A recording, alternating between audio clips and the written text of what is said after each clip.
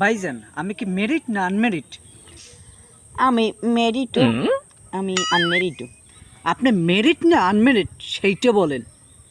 আমি আনমেরিড। দাদু আমি কি বিয়ে করতে চান লাইফে? হ্যাঁ, আমি তো বিয়ে করতে চাই। পুরুষ মানুষের স্বপ্নই তো বিয়ে করা, ছোটকাল থেকে মুসলমানি করাইলাম বিয়ে করার আশায়। দাদু আমি লাইফে কয়টা বিয়ে করতে চান? আমি বিয়ে করবো অনেক, 10, 15, 20টা। এরকম বিয়ে না করলে তো আর বেড়া মানুষের হয় না।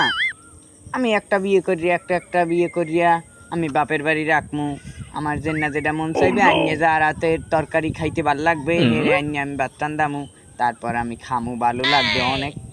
এইটাই আমার স্বপ্ন।